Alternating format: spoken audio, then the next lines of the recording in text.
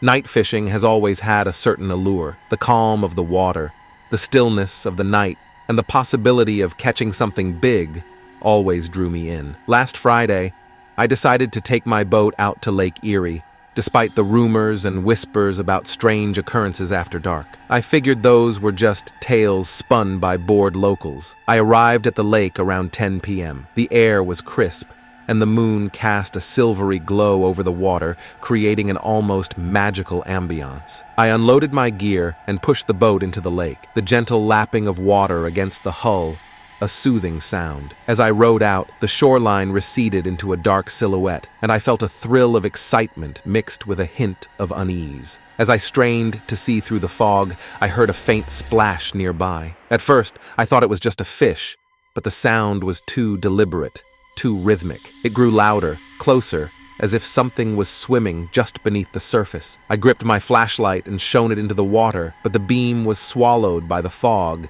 revealing nothing but swirling mist. Then, I felt a tug on my line, strong and insistent. Excitement flared up.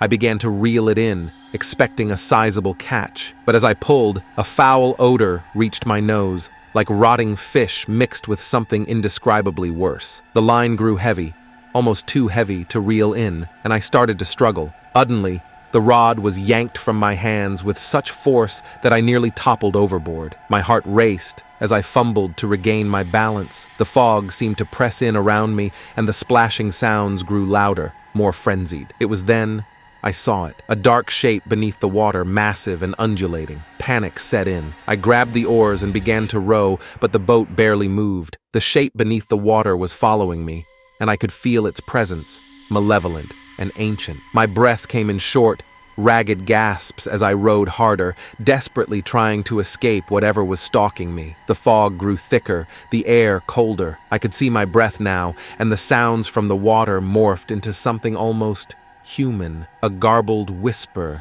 that sent chills down my spine. Words formed in the mist, a language I couldn't understand but felt deep in my bones. Suddenly, something hit the boat from below, lifting it out of the water before slamming it back down. I screamed, gripping the sides of the boat as it rocked violently. The water around me churned, and the dark shape rose higher, revealing glimpses of slick, black flesh and gleaming eyes. In a moment of sheer terror, I grabbed the anchor and threw it overboard, hoping it would distract whatever was attacking me. There was a moment of silence, and then the water exploded in a frenzy of movement. The boat spun, caught in a whirlpool that hadn't been there a second before. I clung to the boat, my knuckles white, as the swirling water threatened to pull me under. The garbled whispers grew louder, almost a chant now, and I realized with dawning horror that they were calling my name. My mind raced, trying to remember any prayer,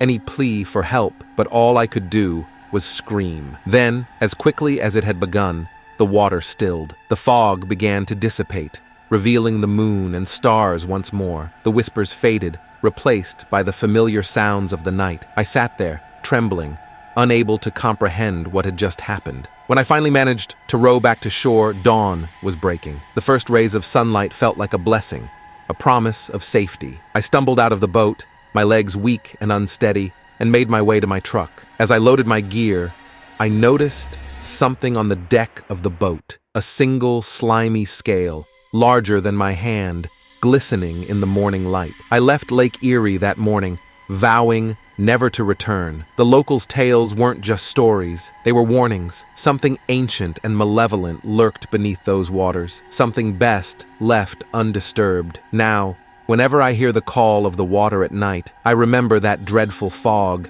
and the whispers in the mist, and I resist the urge to go night fishing. Some mysteries are better left unsolved. If you dare to uncover the secrets lurking beneath the surface, join us on our next adventure. Remember, some mysteries are meant to be unraveled, and some are better left untouched. Dare to discover. Subscribe now.